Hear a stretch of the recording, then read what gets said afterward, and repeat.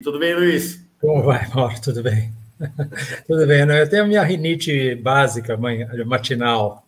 Não estou gripado, não. É uma rinite. Que bom que você veio, Luiz. Que bom que Até você o veio. nariz secar demora um pouquinho. Demora um pouquinho. Então não é gripe, tá bom, tá ótimo. Não é gripe, não. Tudo bem? Essas ites. Bom que você veio. Mais cedo eu fiz uma apresentação de algumas telas que saíram aí nos últimos 2 dias, muito impactantes, né? Essa primeira aqui, mostrando que a temperatura global está, a faixa roxa, a faixa de 1,5 graus acima da temperatura pré-industrial, que era a meta do Acordo de Paris, né? Era chegar no máximo a 1,5 e em 2 acende a luz vermelha. E que a gente já, em 2023 passou várias vezes, né? Dos últimos 12 meses, em 8 meses esteve acima desse 1,5 graus e começamos 2024, aquele pontinho preto em janeiro, já acima, cenário terrível agora. Aqui é esta medição da concentração de gás carbônico feita lá no vulcão Mauna Loa, no Havaí, mostrando que o grau de concentração do gás carbônico na atmosfera nunca esteve tão alto como agora, que a medida do gás carbônico é indicativa da gravidade do aquecimento global. Aqui em vermelhinho é o que está acontecendo na temperatura nos mares, agora em 2024, em amarelo em 2023, quando a gente já achou que tinha sido o auge da crise. Não era o auge da crise, começou pior. Aqui a temperatura no Atlântico Norte em 2024, a linha preta ali destacada também, a linha amarela 2023, cenário terrível.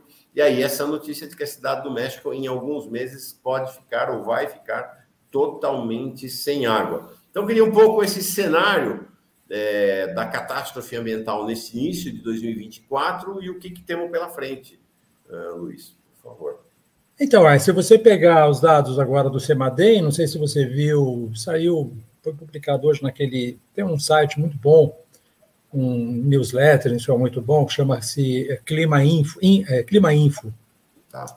Todo dia eu recebo isso aí, são os dados bem interessantes, e um deles que eles mostram exatamente o CEMADEM. O CEMADEM é aquele centro de monitoramento de acidentes, em suma, naturais entre aspas, mostrando exatamente que o Vale do Jequitinhonha foi 18 das 20 cidades que mais se aqueceram no Brasil em 2023. 18 dessas 20, 18 estão no Vale do Jequitinhonha, com temperatura. Tem uma cidadezinha lá chamada Turmalina, que estava a 5,5 graus Celsius acima da média das temperaturas daquela cidade, e gente morrendo, né? Então, uma situação em que você está vendo depoimentos lá, pessoas que não conseguem sair de dia na cidade por causa disso, exatamente. Olha, CEMADEM mostra as cidades que mais sofreram com calor extremo em 2023, é uma situação completamente catastrófica. Aliás, já é uma das regiões mais empobrecidas, né, com mais baixos níveis de desenvolvimento humano e de IDH, etc., e aí sofrendo brutalmente. Você vê várias informações desse tipo acontecendo todo dia, hoje em dia, e os impactos são esses, né? Quer dizer, os impactos. Você vê, o Acre está decretando 17 municípios. Né? Exatamente, com 18 universidades, o país que mais aqueceu é o ano mais quente registrado no planeta. Turmalina foi o município com a maior elevação da temperatura, até 5,52 graus Celsius, acima da média das máximas diárias. Né? Então, você está aí, então, vivendo. E o Acre, hoje também, né, ao mesmo tempo, o Acre está decretando emergência climática em 17 municípios por causa das inundações, depois de ter sofrido secas brutais em 2023. Então, claro que você vê que o sistema climático está em processo de desestabilização, com alternância cada vez mais radical entre secas e inundações. Né? Esse sistema, o ciclo hidrológico do planeta está completamente desequilibrado, exatamente porque, você sabe, quanto mais quente, mais você tem evaporação da água, né? e evapotranspiração também das plantas. E aí você tem um sistema em que, quando você aumenta cada vez mais essa evaporação, mais a atmosfera fica cheia de vapor de água, ela 1 ou 2 ou 3 ou 4 ou 5, 6%, ela não cai, portanto vai acumulando, e aí, a hora que finalmente cai, vem um dilúvio. Né? E é isso que está acontecendo, é isso que explica a seca que aconteceu na Amazônia em 2023, lembra que 4 dos 6 maiores rios da Amazônia chegaram aos mais baixos níveis históricos. O Purus, o Rio Branco, o Rio Negro e o próprio Amazonas. Uhum. E aí, daí, bom, aí, caiu o céu em cima, né, deles em termos de água, que está acontecendo agora com a Acre. Então, essa é uma situação que agora se instalou, né, Mauro? Ela se instalou, ela não é episódica, ela não se explica por causa do El Niño, ou não se explica apenas, nem sobretudo pelo El Niño. O El Niño, claro que é um fator, mas nós já estamos saindo agora em fevereiro de 2023 da fase mais grave do El Niño, e você mostrou exatamente que umas temperaturas do começo de 2024 permanecem mais elevadas do que 1,5 graus Celsius. Uhum. Então, essa é a dinâmica, e é uma dinâmica muito, muito que pode ser caracterizada pelo termo aceleração. Né? Nós temos aceleração de tudo hoje. No sistema climático, no sistema de perda de biodiversidade, no sistema de poluição, no sistema das crises sanitárias, que nós vamos estar cada vez mais agora voltando a sofrer, e está imediatamente ligada, né? Essa proliferação do Aedes aegypti está totalmente ligada a calor, a seca, a inundação, e sobre todo o sistema que favorece o Aedes aegypti, portanto, que favorece esses vetores de transmissão da dengue, da Covid, do chikungunya, da zika, etc, etc, etc. Tá certo? Então, essa é a situação que a gente criou para nós próprios, e a gente já sabia disso desde os anos 90, pelo menos. Não vamos ser generosos e dizer desde os anos 90, porque se a gente for recuar, chega até os anos 70. Né? Mas em 90 nós já tínhamos um consenso científico claramente estabelecido em relação a isso, portanto, 30 e tantos anos atrás. Eco 92, no Rio de Janeiro. 92, tá certo? A Eco 92 gerou 3 grandes... Diga. Protocolo de Quioto. Protocolo de Quioto, tá certo? Mas a Eco 92 gerou 3 grandes convenções que tinham valor de tratado, ou seja, os estados subscreveram e ratificaram, que era exatamente a Convenção Climática, né? A Convenção Quadro das Nações Unidas sobre as Mudanças Climáticas, a Convenção sobre a Biodiversidade e a Convenção para o Combate à Desertificação. Essas 3 grandes convenções, que tinham valor de tratado mesmo, né? Não era... As 3 têm um saldo completamente negativo, ou seja, só aumentou a desertificação, só diminuiu a biodiversidade desde então e só aumentou a temperatura e as concentrações atmosféricas de gases de efeito estufa, etc, etc. Então, veja, 42% de todas as emissões de CO2 do planeta, 42%, desde 1750, ocorreram de 1990 a 2019. Quase metade de todas as emissões de CO2 que nós emitimos até hoje, ou seja, 2,4 trilhões de toneladas de CO2, desses 2,4 trilhões, 42%, quase a metade, foram emitidos depois que a gente fez o contrato, depois que a gente fez a convenção. Quer dizer, essa convenção, eu não consigo imaginar algo que possa ser mais fracassado do que isso. Claro que a gente poderia dizer, mas se não houvesse a convenção seria ainda pior. Claro, tudo pode ser sempre pior. Mas o fato é que nós nem chegamos a dar um passo à frente em relação à meta estabelecida por essas convenções. Pelo contrário, só recuamos. Então, essa é a situação. Não tem nada de muito positivo para dizer, não. Né? Claro, você tem aí hoje uma consciência maior disso, né? Há uma consciência maior, as pessoas estão falando mais sobre isso, mas a evolução dos fatores negativos é mais rápida do que a evolução dos fatores positivos. A gente está perdendo a corrida contra o relógio.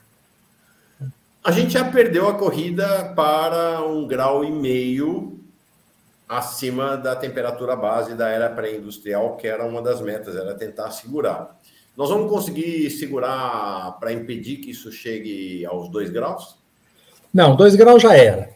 Já é. Em qualquer cenário de emissões, isso eu estou repetindo o que a grande parte da comunidade científica, o IPCC ainda não fala isso de forma explícita, mas o IPCC não fala porque ele é um painel intergovernamental, ele tem que um pouco medir as suas palavras, ele tem que ser aprovado, ele tem que funcionar na base da unanimidade, etc. Mas a comunidade científica, inclusive os cientistas do IPCC, quando publicam separadamente ou quando são interrogados, houve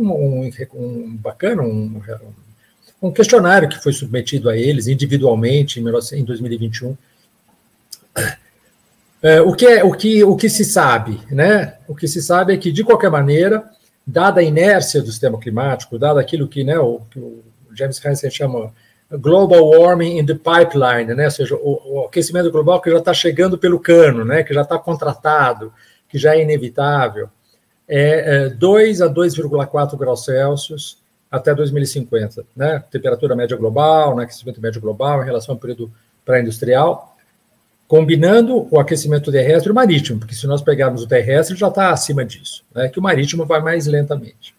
Tá. Então, 2 a 2,4 graus Celsius é o que nós temos na dinâmica atual do aquecimento, que é, hoje em dia, 0,27 graus Celsius por década, mais ou menos. Então, essa é a situação. O que nós sabemos, né? Nós sabemos que ainda é possível evitar 3 graus. O que não é que nós sabemos. É possível ainda apostar que nós somos capazes de evitar um aquecimento de 3 graus. Na corrida atual, esquece. Né? Quer dizer, mesmo os dados mais oficiais, aqueles, sabe, mais assim, chapa branca, esses que saem no jornal, né, dos organismos internacionais, etc., falam o quê? Bom, se todos os governos cumprirem as suas promessas, coisas que eles nunca fizeram, mas vamos imaginar num mundo da fantasia, naquela ilha lá da fantasia, que eles vão cumprir as suas promessas. Se eles cumprirem as suas promessas com as ambições atuais dessas promessas, nós chegamos no final do século com uma temperatura entre 2,5 e 2,9 graus Celsius, praticamente 3. Né? Então, agora, eles não estão cumprindo, certo? Não estão cumprindo coisa nenhuma, o Brasil, inclusive. O Brasil está estourando o negócio do petróleo. O Brasil hoje é o 8º maior produtor de petróleo do mundo. Qual a ambição do Brasil? É passar a ser a 4º maior produtor de petróleo. Isso não sou eu que estou dizendo. Você entra no Plano Nacional de Energia, o PNE, 2050, emitido pelo Ministério das Minas e Energias, o senhor Alexandre Silveira, e está lá que a nossa ambição é nos tornarmos o 4º maior produtor de petróleo do mundo, com todas as letras. Então, os dados que eu mandei para você aí, alguns minutos atrás, um pouco desses dados aí, se você por acaso tiver interesse depois de mostrar, etc. Então, são esses, né, isso é dado oficial do governo, né? Não é que não, eu fiquei muito não é uma dedução minha, né? Não é uma dedução. Tem uma informação aqui que eu não sabia, fiquei realmente muito impactado, que é o seguinte, olha aqui, os 60 maiores bancos comerciais e de desenvolvimento do mundo, portanto, sim, aqui estamos falando desde Bradesco a BNDES, tá? Isso, exatamente. Canalizaram 5,5 trilhões para a indústria fóssil, né, indústria do petróleo e outras assemelhadas, entre 2016 e 2022. Exatamente. E isso que você diz é garantia de que estamos presos aos fósseis pelos próximos decênios, não é próximos anos, pelos próximos decênios. Ou seja, se eles contrataram projetos para a indústria fóssil em geral, a indústria do petróleo em particular, entre 2006 e 2022, e esses são os projetos de médio e longo prazo, nós vamos ter em 2025, em 2030, 2040, esses projetos maturando e lançando ainda mais CO2 no... Olha, quando você cria uma termoelétrica movida a diesel, a carvão, gás, a vida útil dela é 40 anos, certo? Quando você compra gás liquefeito natural dos Estados Unidos, como a Europa está fazendo desde a guerra da Ucrânia, a Europa passou a comprar cada vez mais o gás, chama GLN, né, o gás líquido natural. Os contratos de compra desses gases, se você vai lá e você quer comprar, né, eu quero comprar, tá, você é o governo da França ou o governo da Itália, você quer comprar isso aí, bom, quer comprar? Contrato de 20 a 25 anos. Não é para amanhã só, não é que um contrato você faz por um ano, você faz um contrato para 20 a 25 anos, senão eles não vendem. Entendeu? Então, quando você compra um navio de gás, você está comprando por 20 a 25 anos esses contratos. Então, isso te amarra agora num processo. Então, a grande mentira que os jornais estão vendendo para o público, e não é os jornais estão veiculando aquilo que a ONU está dizendo, que os organismos internacionais estão dizendo, é essa palavrinha transição energética. Exatamente. Uhum. Não, esquece, cara, não tem transição energética. Nunca teve. No sentido seguinte, quer dizer, hoje nós consumimos mais madeira, não é? Porque qual é o esqueminha mental? Que o carvão substitui a madeira, o petróleo substituiu o carvão, o gás substituiu o petróleo e as energias renováveis de baixo carbono substituíram finalmente, então, as fósseis, de forma geral. Mentira! Se você olha quanto que nós consumimos hoje de madeira, é mais do que antes do carvão. A gente consome mais carvão hoje do que jamais consumiu. A gente consome mais petróleo hoje do que jamais consumiu. E a gente consome mais gás hoje do que jamais consumiu.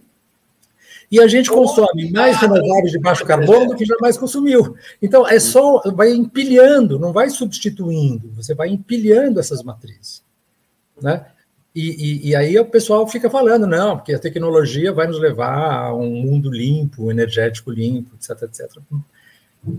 É mentira! Vamos falar a palavra certa, é mentira. Agora, é mentira, em parte deliberada e em parte ilusão das pessoas que compram essa ideia. Sim. Agora, os gráficos mostram claramente isso. Deixa eu te colocar algumas questões. Porque, assim, vocês, quando eu digo vocês, eu digo tanto os ativistas ambientais quanto os cientistas voltados ao estudo do meio ambiente. Vocês são alvo de ataque visceral e violento da direita e dos empresários e da indústria do petróleo há décadas. Isso é sabido, é assim, sempre tem sido assim ao longo das últimas décadas. Mas vocês também têm sido crescentemente alvo de ataque de segmentos da esquerda, claro, vinculadas a projetos nacionais como os do governo Lula, por exemplo, né, e que querem mandar pau na produção do petróleo e que são, inclusive, estes segmentos da esquerda, que estão com essa palavrinha, essa expressão transição ecológica. Eles dizem, nós temos a transição ecológica e esses ecologistas... A mesma coisa, né? Nos anos 80 e 90 diziam que vocês eram os malucos, que vocês não sabiam nada, que eles... Alarmistas, catastrofistas. Catastrofistas, que aquecimento global era uma invenção de vocês, que não tinha aquecimento global. Está voltando agora, mas os ataques vêm da esquerda também. Vêm da esquerda novamente. Então, assim, um discurso da esquerda é assim, vocês não são realistas. Não existe possibilidade do petróleo deixar de ser combustível essencial da humanidade nos próximos 40 anos, e a humanidade tem que se haver com isso, e a humanidade vai sobreviver a isso. Primeira parte do discurso. Diz, se vocês com esse discurso de reduzir a produção de petróleo, vocês estão contra o sul global. Porque a demanda de energia está aumentando exatamente no sul global, e agora chegou a nossa vez de sermos ricos, de sermos prósperos e tal, e vocês, ambientalistas, estão querendo roubar essa oportunidade ao sul global, uma figura quase mística. Vocês são irrealistas, porque a indústria de renováveis não dá conta daquilo que o mundo precisa. A indústria de renovável não chega a dar conta de 5%, ela não é responsável por nem 5% da oferta global de energia. E, finalmente, a gente aqui só extrai petróleo, a nossa culpa não é essa, a culpa é de quem emite gás carbônico. Quem emite CO2. A extração de petróleo em si mesma não tem problema nenhum. Ela não emite gás carbônico. Então, tem um conjunto de acusações que setores da esquerda fazem a vocês hoje. Atualmente, como você responde a eles? Vou terminar com mais uma acusação mais grave ainda. Depois. Olha, Mauro, veja... vamos começar pelo começo, né? Eles não entendem... É muito difícil a esquerda chegar no século XXI. Ela está no século XX. Se nós estivéssemos no século XX, eu seria o primeiro a subscrever isso daí. Porque a gente não conhecia o problema ainda. E é fato que o que nós somos hoje, como civilização, como sociedades, etc., pelo menos sociedades ocidentais, por ocidental eu entendo aquelas que se industrializaram cedo ou tarde, nós somos por causa do petróleo, por causa dos combustíveis fósseis, é verdade. É verdade que, veja, se você pegar um produtor rural, um trabalhador do campo, no século XVIII, a produtividade dele era mais ou menos a mesma que um cara da antiguidade. É com o petróleo, com o carvão, petróleo e o gás, que há um salto gigantesco de produtividade que permitiu também que a gente fosse 1 bilhão em 1810 e hoje sejamos 8 bilhões em 2 séculos. É uma espécie que multiplicou-se em quantidade por 8. E porque ela pôde fazer isso, mesmo com todas as injustiças, mesmo com toda a concentração de riqueza, mesmo com todas as barbáries, o petróleo, o gás e o carvão permitiram um tal excesso, um tal excedente de energia que permitiu que você hoje tenha... Porque se pegar o século XVIII, você tinha uma quantidade de gente que passava fome, que era a inversa de hoje. Hoje você tem 10, 15% da população mundial que passa fome. No século XVIII, você tinha 10, 15% da população que não passava fome. Então, claro que houve um progresso gigante, tá certo? Agora, o problema é que isso tinha um preço, e os caras não entendem esse preço. Só que a conta chegou. E eu não estou trazendo uma solução, porque é muito difícil mesmo, eu entendo. Se eu estivesse na posição de um governante, primeiro eu jamais estaria, porque com uma plataforma como essa que eu estou dizendo, eu jamais seria eleito. Mas se eu desse uma espécie de delírio tremens nos eleitores e elegesse uma pessoa com esse discurso, é evidente que ela teria uma enorme dificuldade, para não dizer uma impossibilidade, de aplicar a única solução possível. A única solução possível é você diminuir o consumo energético.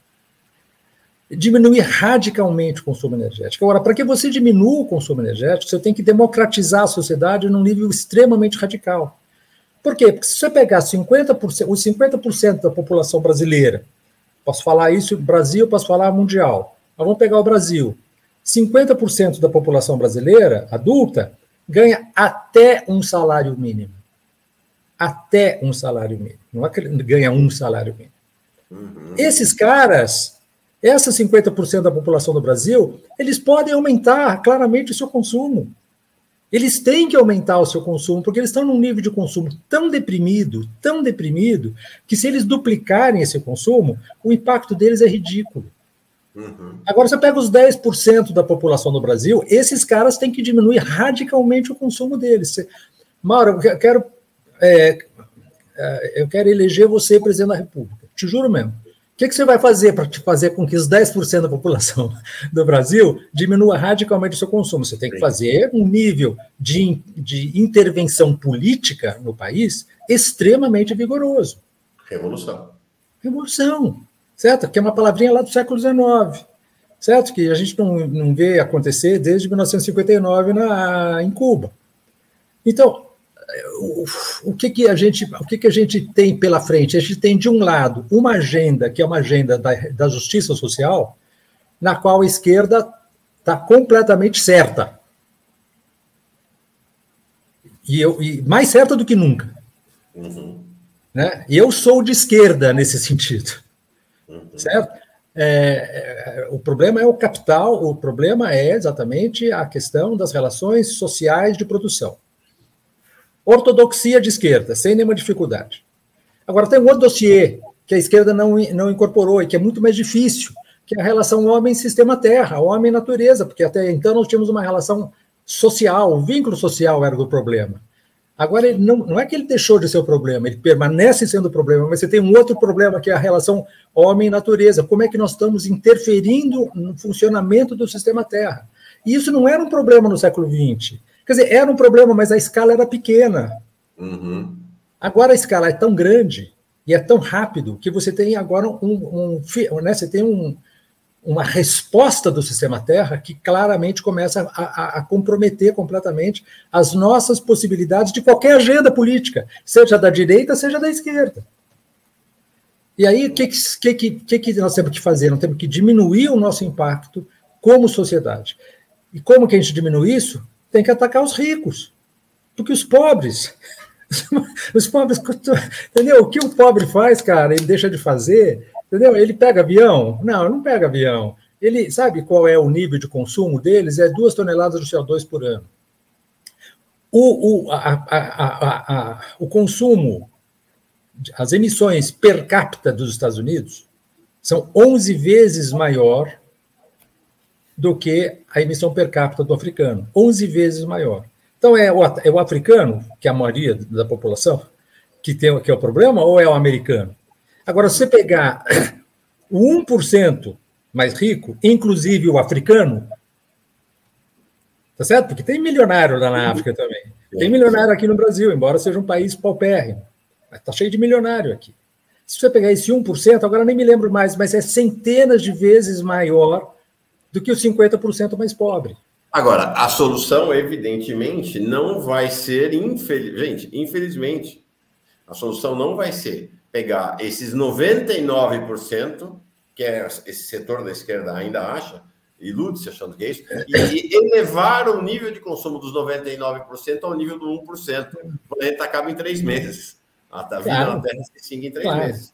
Você tem que atacar o modelo de consumo, né? Você tem que dizer o que é necessário para que nós tenhamos uma vida digna.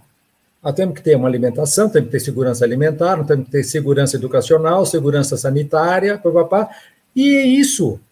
Nós vamos ter que encerrar. Eu ia fazer mais uma, vou fazer 2 perguntas, 3 minutos para cada um e encerramos. Beleza. Vamos lá.